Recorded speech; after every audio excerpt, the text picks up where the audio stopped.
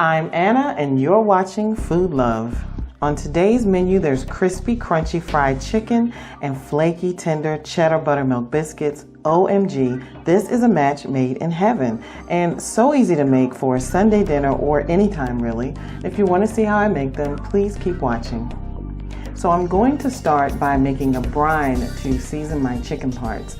So I'm starting with 4 quarts of water, and to that I'm adding a little kosher salt as well as some sugar.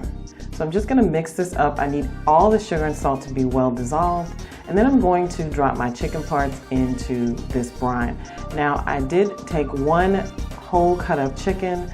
I also cut the breasts in half because they were rather large, but I'm putting this chicken into the brine and allowing it to sit for at least an hour to soak up the flavor from the brine. Now I'm taking a couple of cups of all-purpose flour. To that I'm adding some pepper, some salt, some onion powder, some smoked paprika, and then some ground Thai chili flakes just for a little heat. So as you can see, though I didn't heavily season the chicken parts, I am heavily seasoning the flour that's going to coat the chicken. So I am going to start with some canola oil that I have in a heavy bottom pot. I'm going to heat this up to about anywhere between 330 and 350 degrees.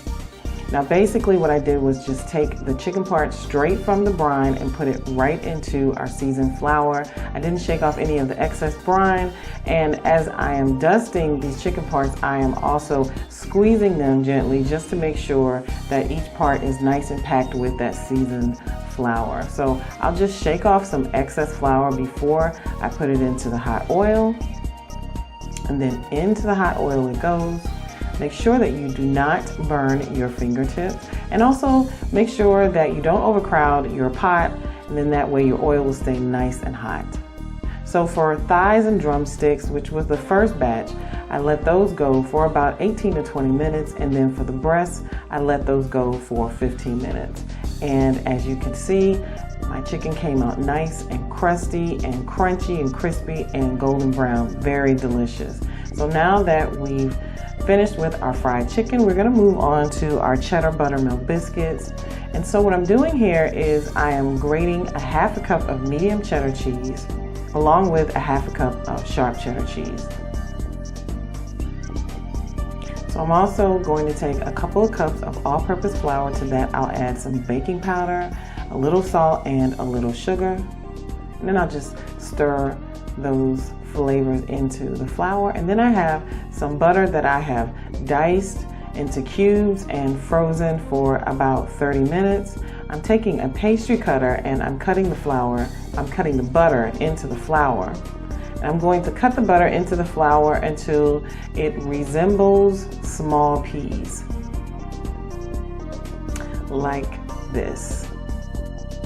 So now that I've cut the butter into the flour, I'm going to add that 1 cup of shredded cheese. And then I'm going to take my hand and I'm going to make sure that all of the cheese is mixed in good with the butter and flour mixture. And I have a wooden spoon that I'm going to take and use to make a well in the center of the flour mixture. And to that I'm going to add some ice cold buttermilk. I'm going to continue to use this wooden spoon to mix my biscuits, and I want to make sure that I just mix it until it comes together, till my dough comes together. Very sticky, this dough will be very sticky. You should have your work area heavily floured. And then go to work working the dough, but not too much. Remember not to overwork the dough. You don't want your biscuits to be tough. So I'm just using my hand to flatten out this dough to about 1/4 inch in thickness, and then I'm taking my knife and I'm cutting the dough into squares. I just thought it would give the biscuits some personality if they were in the shape of squares. So I baked these off at 425 degrees for 20 minutes or until they were golden and brown like this. And I did take some melted butter and brush the tops of the hot biscuits. I just wanted you to see what they look like on the inside. Nice and flaky, crusty on the outside, and very tender on the inside. So I certainly hope you have enjoyed this video. If you did, please give me a thumbs up. And make sure that you comment and subscribe so that you can get my future videos. And of course, until next time, I'm wishing you joy and lots of food love.